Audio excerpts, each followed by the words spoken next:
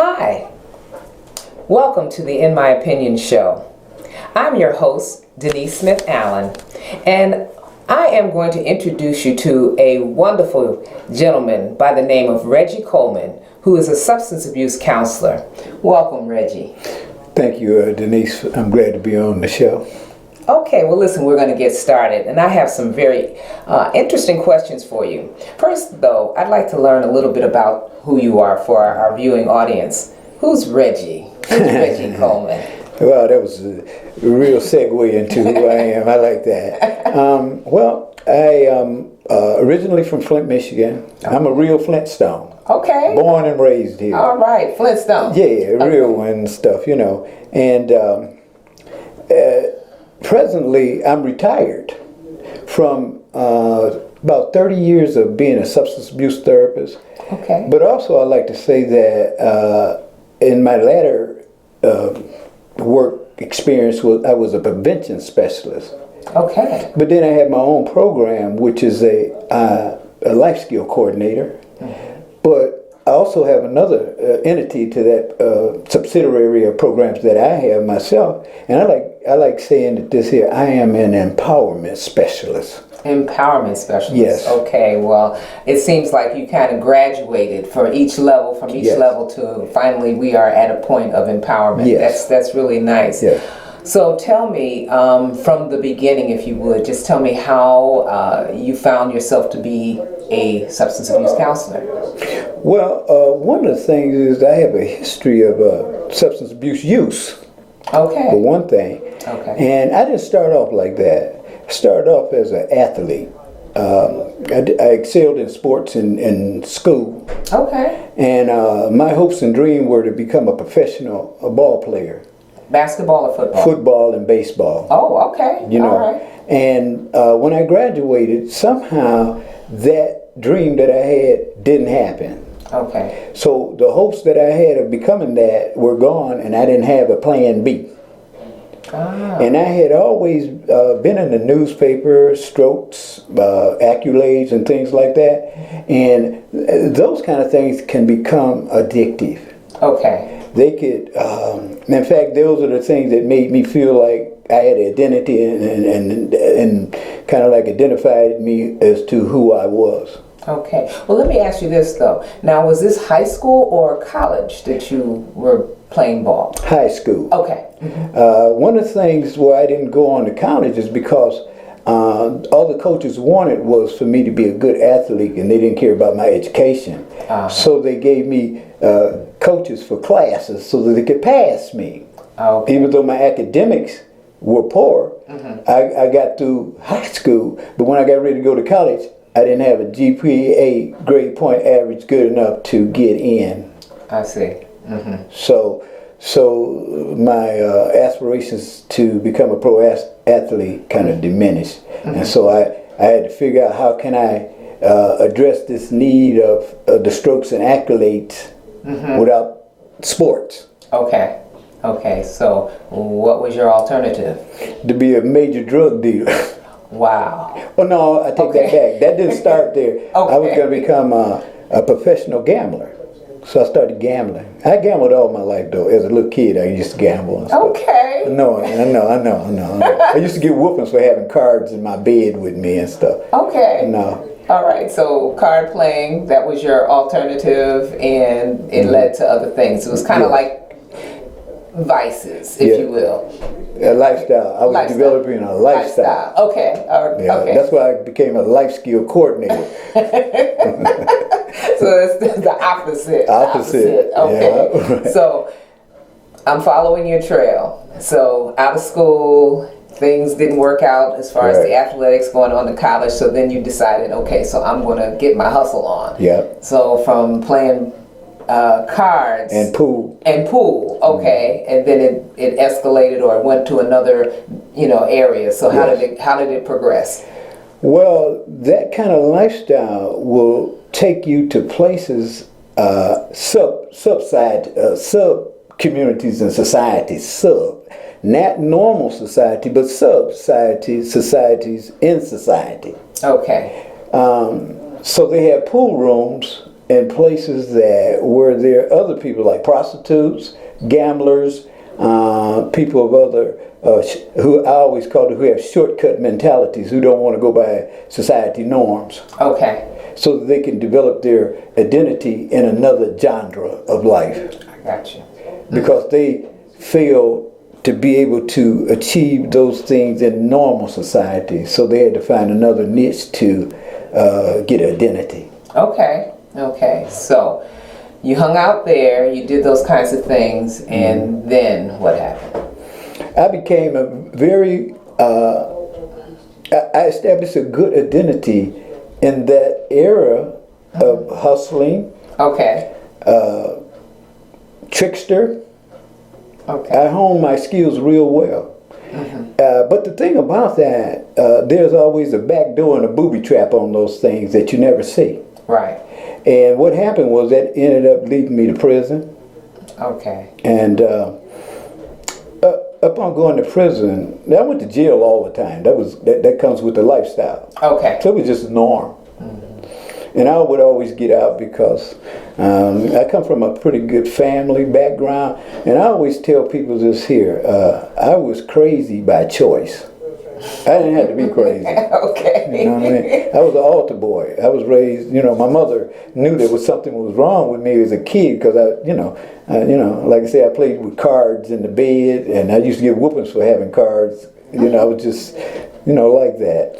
And so she said, he needs help. And so she dropped me off at the foot of God. She said, God, I need help with it. Well, I got 3 brothers, so all of us, and that established a God concept in me. Okay. I knew that there was a God because of my mom doing that.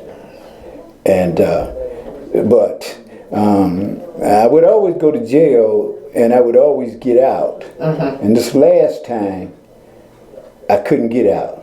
And they gave me life in prison.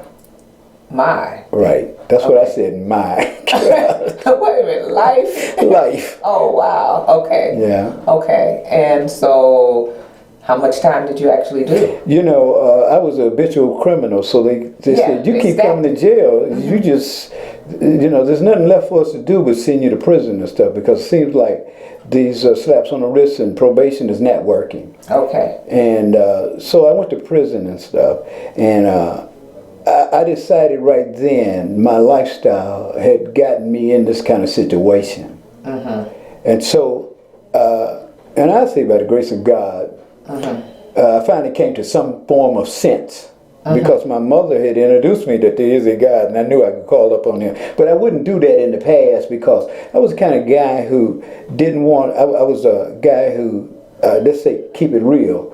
So I wouldn't play with folks. So I didn't want to play with God. And I knew what kind of God, the rules that God liked and things like that. And I didn't like his rules. Because it didn't look like I was going to have no fun going by his rules. So I decided, God, I'm a straight up guy, so I'm not going to be messing with you. So I'm going to go to the other side where the enemy is at and just, because it looked like I have more fun over there than with you. But upon doing this life bit for case or a crime that I did not commit. Oh, okay. Now I committed all them other ones. Okay. This one I didn't do. Okay. And so they tried me twice and were going to try me 3 times. I had hung juries. But I just think it was in the hand of God that says, you know what, your behavior, and you won't let me get to you. I'm going to allow you to go to prison. He didn't send me to prison. He just said, I'm going to allow your choices to send you. I've been trying to stop you, but you just, you just been on going and stuff. And so when you're there, I'm going to work with you. Okay. And so when I got in there and stuff, that's when I first started having personal encounters with a person I call God. Okay. And make a long story short on that one, he got me out of prison. I didn't have to do. The earliest I was supposed to get out was 8 years. But they identified me as a model prisoner. Wow. Even though I was sold drugs in prison. Okay. I know. Hand of God is like amazing and stuff. It really is. And so he got me out. you know, he allowed the parole board to release me. It wasn't even supposed to be like it was. Okay. And so, and I understood that. And so I asked God, what do you want out of me? And I thought he was going to give me something deep so I could tell him I can't do that. Right. Like walk on the water. You know, something where I said, I can't do that. That's why I didn't want to be with you anyway. Okay. And so he just said, Reg, I just want you to be all that I created you to be. I said, wow. And you gonna play me like that, huh, God? I can do that one, you know. But you got to help me a little bit. He said, no problem. Okay. I just wanted to work with you anyway. And so I went into this relationship, and I always said like this here, that I take care of his business, and he'll take care of my business. And this is how it's been since then. Okay. That was over 30 years ago. Wow. Right. Amazing testimony. Amazing testimony. So when you got out and you had made the decision to do life on God's terms as opposed to your terms, what propelled you then to move into the area of substance abuse? Well, that's an interesting story. Well, I got to go back to me and my conversation with God. On the bus from Jackson Penitentiary to the Correction Center, you know, I asked God, I said, well, you know, God, I got a problem. He said, well, what's your problem? I said, money. How am I going to get some money? And he said, well, what do you know how to do? I said, well, he said, you know how to fix cars? I said, no. He said, you know how to fix washing machines? I said, no. He said, what do you know how to do? I said, man, all I know how to do is do drugs and sell drugs. He said, well, I got a job for you. I said, what do you mean you got a job? You don't know nothing else but drugs. I'm going to make you a drug therapist. Okay. So he orchestrated this whole thing. Okay. Doors started opening up. I went back into prisons and started talking to them in prison. I work in the jail. You know what I mean? And juvenile detention centers and schools were places that you're not supposed to go with my record. Okay. And it's just amazing how you open these doors. You know what I mean? It's mind blowing. Yes. And so it's all him orchestrating this here in my life. And all my money and jobs have been talking about what I'm an expert in. How about that? But along the way, along with your, you know, street sense, your knowledge, firsthand experiences and whatnot, were there any training or programs or things like that you yourself got yourself involved in? Was there any of that? Hey man, that's another interesting question, because you know sometimes I give people a Columbo look. If you ever know about Columbo, he always act like he don't know nothing and stuff. Right. But that's my street stuff, because I don't want nobody asking me stuff. Right. You never know what I'm about. Right. And my pastor told me you need to stop that. You know what I mean? But I have a bachelor's degree and master's work. Okay. And I'm also a minister. Okay. I'm an ordained minister with a collar. I got a collar. I did not know that. I got a collar. I will marry you, sister. Okay. I bury folks. Do you? I know you. That's a Columbo thing now. Yeah, I know you was, didn't know. I did not know that. Right. Okay. In fact, I'm going up to the prison in St. Louis to marry this guy and his girlfriend, fiance here. He asked me would I marry them. Okay. You know what I mean? It'll be my second marriage that I'm marrying folks. Okay. Now, I know you didn't know anything like that. I had no clue. I know it. No clue. I know. Okay, all right. God is amazing. Columbo. Tell your husband Fred that I will tell Reggie's him. doing all this kind of stuff. It must be a God. Yes, well, he has said that. Yeah. He said he's known you a long time. Yeah. Long time. Yeah. Okay, well, look, I'm going to just kind of divert just for a minute to talk about this article that I have laying here. This article was written by a law professor by the name of Rosa Brooks, and it's entitled Incarceration Nation. And I guess what I'd like to do, not without reading the article or anything like that, because it definitely puts out a really, lack of a better word, it's a kind of a frightening statistic in this country, in this nation, about how many people are confined within the United States. Right. And more so, there's a breakdown in terms of the number of men and women, and some of the crimes and what have you. But I want to hear from your perspective. What do you think? Is there a correlation between substance abuse and crime? Yes. The issue that I've found, and even looking at it from myself, it's an educational thing, first of all. Okay. What do you mean by that? Yeah, right. You only can do what you know, first of all. Like if I asked you, Denise, could you build me a rocket ship? Now, if you don't have any education or knowledge on how to do it, it's like, no. But if you get some education and knowledge about it and ask Denise, can you build me a rocket ship? It's like, yeah, Reg, just need to get this stuff to do it. So when you ask a lot of people, let's talk about crime.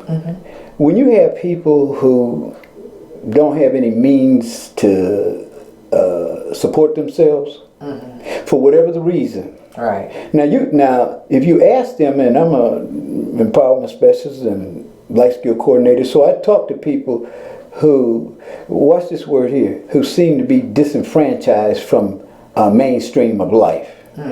You mess around and get people who feel as though they're disenfranchised, then they start looking at how they really can destroy the normal society. Okay. Because in that part of it, they have no connection to it.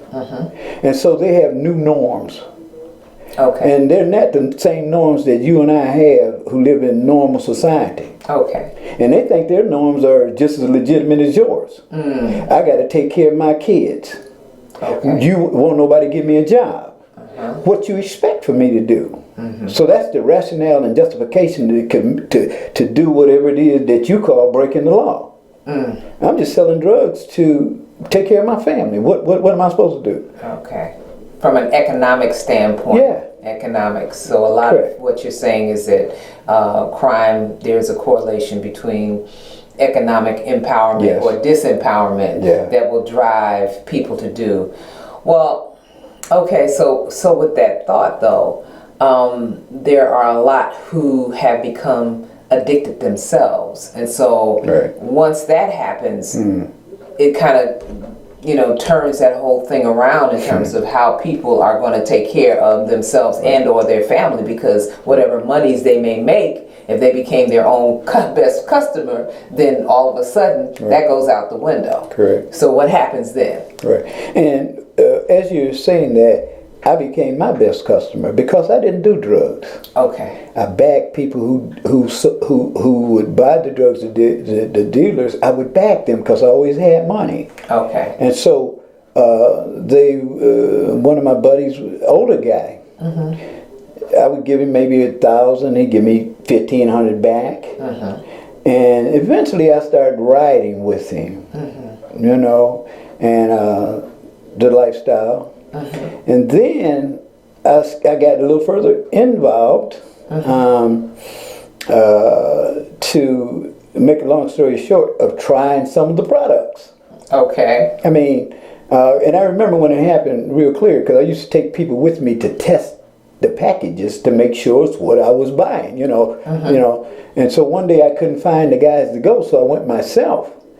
And since they weren't there, I said, let me try this stuff that they're doing and stuff. And I always say this here. People, and I talk to young people who start off trying to, and they have a legitimate reason to take care of my family. Yeah. But there's a booby trap in that thing. There's a booby trap. And you don't see the booby trap because people say, well, I got a strong mind and it won't get me. I said the same thing. Okay. And ended up an IV heroin drug user. I'm scared of needles.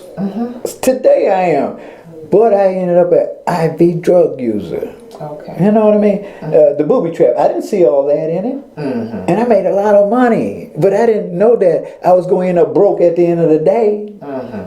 I didn't know that. I thought that you could make the money and keep it, take care of the things that you wanted and stuff, But then addiction will come in. And so you don't understand anything about addiction.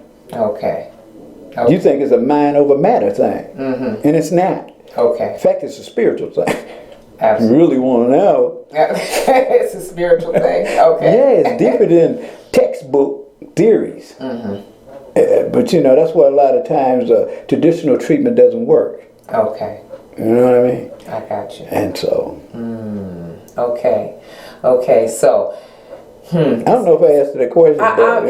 In a way you did, but I guess substance abuse and crime. Yeah. We know that certainly from the standpoint of drugs, yes, the correlation is definitely there. But initially, there are people who, they may do other types of crime, right. and then if you kind of go back into their history or look at what they're doing, I think of people who shoplift or break into people's houses and things like that. And then if you keep digging, you'll find that maybe the underlying reason is because it is to feed an addiction. Right. Okay. Yeah. It may start out with, I'm trying to take here and get some bread for the kids, Yeah. but then essentially it goes on to some other thing. Okay. Well, with that, my question to you would be, what do you see in terms of demographics? And I really want to just break it down. I'm talking about Black, white, Hispanic. What do you see in terms of who are those persons are doing, not who, but, in terms of not their names, but, the groups. The group. Right. What are they doing? It goes back to, like as I said before, education. When you look at the environment that an individual comes out of, most blacks and people of color, the educational level from their parents, grandparents, has been low. Okay. That's just a given. That's how it's been. If you want to throw the slavery thing in there, you can, but I don't like doing that kind of stuff. It's just a fact. And if you look at people who are predominant society people, meaning Caucasian people, their family structure has always been education, owning businesses. If you look at, you read the book Rich Man, Poor Man, but even using that, or even using a scenario of two families, a black family and a predominantly white family, and you look at the magazines that they have in their house. Black family would have a Jet, Ebony, things like that. White family would have a Wall Street, Better Business, cosmetology. You understand what I'm saying? Those, and that's education. That's information. And so with that lack of knowledge about things, and I go back to that statement, you only can do what you know. So you don't know that you can own a business. People of color don't know that they can own a business. So they want to talk about people who come over here from other countries. Yeah, they give them a tax break and blah, blah, blah. I said, but you've been here all your life. You don't need no tax break and stuff. You've been here, man. And so they come over with they've been taught that you can succeed in life if you just get some knowledge and education about things. Absolutely. And so that's kind of like, I go back to the key thing far as how do you overcome. The way I overcame my inadequacies in life to not be able to be successful was education. See, what they didn't know when they sent me to prison, I got an education. I got me a $25,000 education out of prison and stuff. Okay. You understand? Yes. So that I could compete with normal society. Okay. Because when you lack education, you can't compete. That's right. That's absolutely so true. And and I think it's imperative that society as a whole makes that point. And we talk about it, but a lot of times, for whatever reason, people don't seem to get it. Right. And everybody is not college bound. Correct. But if you have a skill, a vocation that can provide you with a meaningful income, that is just as important. I've got so many. And just throw one more thing in there. Yeah, go ahead. It's getting to the point now. It's not black or white. It's just there's a word I want to use. It's just the nature of humans now. It's not black and white. It's just human beings now. Because whites, black, Hispanics, Chinese, all of them who lack education fall in the same boat. Okay. All right. Well, that's an interesting perspective. Very interesting perspective. I have a quick question for you in terms of the holiday season and the incident of substance abuse and signs and triggers. And we've only got a few minutes left, so we want to just touch on that real briefly. What is that? What does that mean? You know, you've got Christmas, you've got Thanksgiving, you've got New Year's, you've got these holidays that come out, and then we've got these things that happen, whereas there seems to be a higher incident of substance abuse or usage. You know, one of the things is that when you go into holidays, usually you would look at them as like enjoyable times, but they weren't enjoyable for everybody. Right. Some people had traumatic events that occurred during the holiday season. So when the holiday season rolls around, they don't have good memories. In fact, they dread the holiday season of Christmas coming up and stuff like that because of, you know, it could be even when you were a kid, you never got any gifts. So that's not a good memory for you and stuff. Right. And like I said, when you get these ambivalent feelings, when you should be happy and you're not, and everybody around you ringing bells and all that kind of stuff, and they, you know, and you somehow you can't get there, you don't like that feeling. And see, use of drugs and alcohol is to anesthetize feelings that you don't like and stuff, so you can get another feeling. See, I always say the word is not get high. The word is change how I feel. Okay. See, it ain't about getting high. I don't like how I feel, and I want to change how I feel. Okay. You know, I tell them all the time, no, because if I ask you what get high mean, you gonna give me some strange stuff, and then I might ask him, he gonna give me some strange stuff. But the bottom line is, I don't like how I feel, and I want to change how I feel.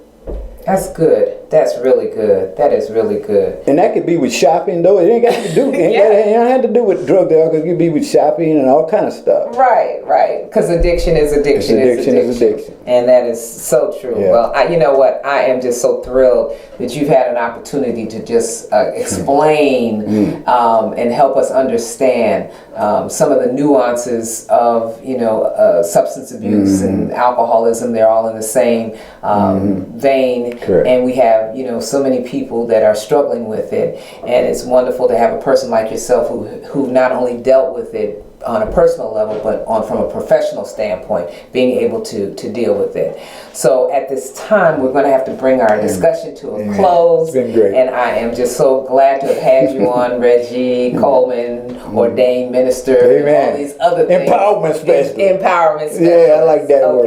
Okay. All right. Well, this has been the In My Opinion show, where your host has been Denise Smith Allen. And I would also like for you all to remember to stay focused.